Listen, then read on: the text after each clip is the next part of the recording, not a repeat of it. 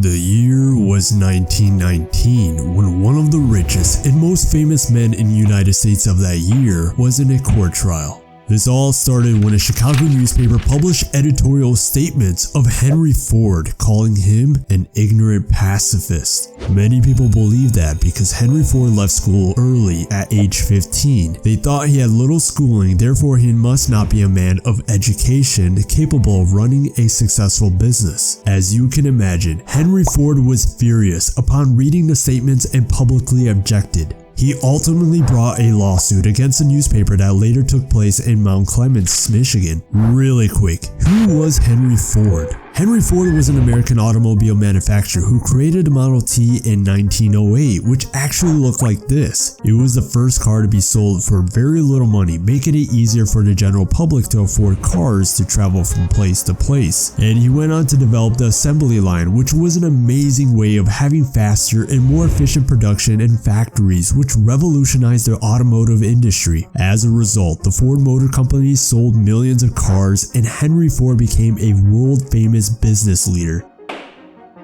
Mr. Ford, would you please come up to the witness stand? The attorneys for the Chicago newspaper had Mr. Ford place himself on the witness stand, for their intention was to display to the jury that he was indeed a man that lacked education. From there, Henry Ford was bombarded with a variety of academic questions, all of which was intended to make him look uneducated. Questions after questions. Who was Benedict Arnold? How many soldiers did the British send over to America to put down the rebellion of 1776? Mr. Ford replied, I do not know the exact number of soldiers that the British sent over, but I've heard it was a considerably larger number than ever went back.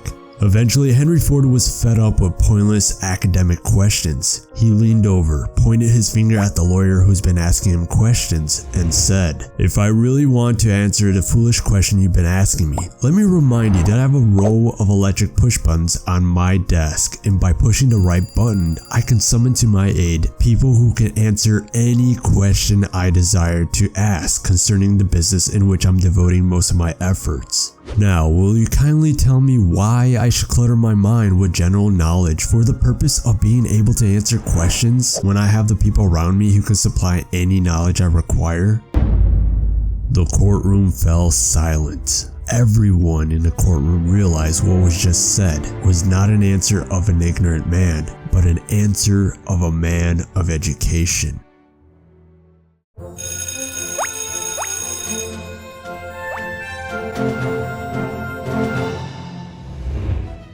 Hey there, really quick, if you made it this far in the 13 Steps to Riches series, I want to congratulate you for being so incredible and hungry to learn more. Thank you so much for joining with me. Also, quick reminder, if you haven't gotten this amazing book yet, then honestly, what are you waiting for? You could always start this book for free thanks to Audible. Definitely check it out. Alright, let's get back into the video. Have you ever heard of the phrase, knowledge is power? Do you agree with it? It might seem obvious that it must be true when you first hear it, but the reality is this. Finding a vast amount of information is available everywhere these days, especially by a simple search on the internet, and yet, there's still a few in the world that are financially successful.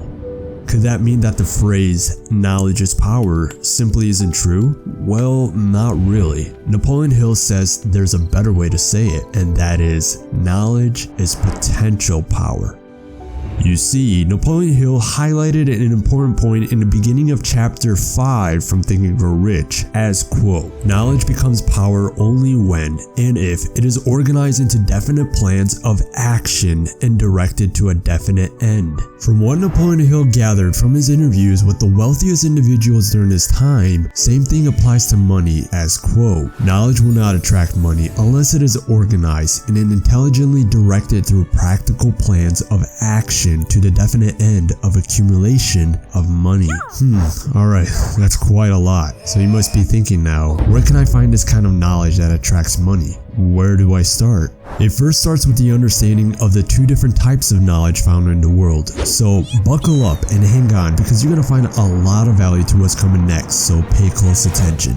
There are two kinds of knowledge. One is called general and one is called specialized. And when it comes to producing money, one of them will produce far more wealth than the other. So let me ask you this, which one do you think produces more money? As you think about that, let's take a look again at Henry Ford as an example. He left school sooner than most at age 15, meaning he never went to high school, so his path of education didn't play out the same like the general public. Yet, he became one of the wealthiest men during his time. How did that happen? One simple answer is because his success wasn't found. His success was created using one of the two types of knowledge. You see, successful people in all callings never stop acquiring specialized knowledge related to their major purpose, business, or profession. Those who are not successful usually make the mistake of believing that gaining knowledge stops after they finish school. And just because Henry Ford left school earlier didn't mean his education stopped. Did you know if you break down the word educate, it is derived from the Latin word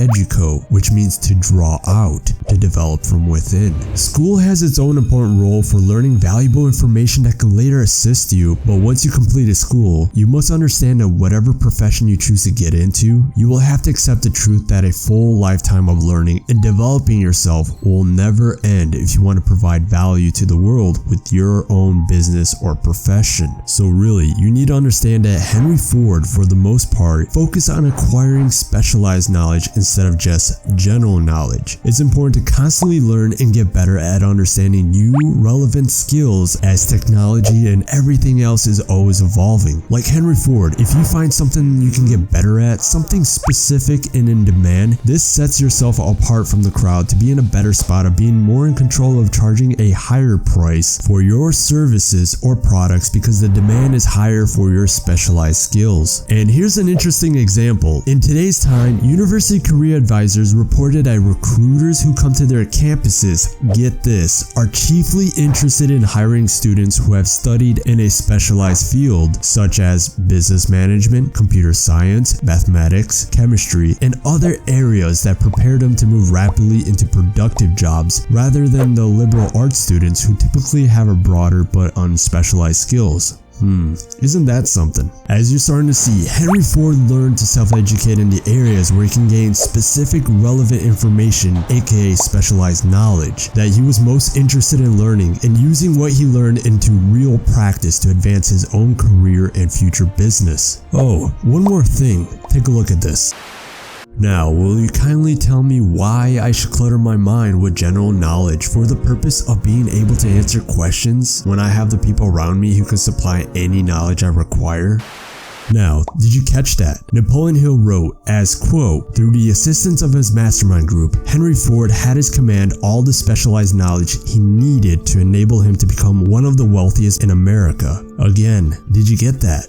The mastermind group. What is that? That is something very important that you'll learn a lot more in another chapter in the book, which is a very powerful principle to help expand your business to greater levels. A quick example of this is with Andrew Carnegie. As you might know, Andrew Carnegie was famous for his steel business, so he was extremely wealthy, but he stated he personally knew nothing about the technical end of the steel business. Moreover, he did not particularly care to know anything about it. The specialized knowledge he required for the manufacture and the marketing of the steel was by leveraging through the people of his mastermind group. More on that in the future videos. Now, to make this chapter applicable for yourself, first of all, decide on the sort of specialized knowledge you require and the purpose for what is needed. Second, determine the purpose of the knowledge you are seeking. Then learn where this particular sort of knowledge from reliable sources. If your goal requires you to go back to college, then consider it. But if you can learn it yourself, do it. Do it with the intention of gaining the practical knowledge that is needed from dependable sources to help you where you want to be, as discussed in the previous 4 chapters. Again, remember this from what Napoleon Hill learned from the wealthy. As knowledge is acquired, in order for it to become powerful, it must be organized and put into use for a definite purpose through practical plans. Question for you: what kind of specialized skills do you want to develop and improve on so you can create more value, which will eventually attract more money in the future? Let me know in the comments below. Up next, stay tuned to the next principle that will be in the following chapter called Imagination. If you enjoyed this series so far, please like and subscribe, and click that bell notification so you don't miss out on the next upcoming videos. Thanks once again for watching, and I'll see you in the next one.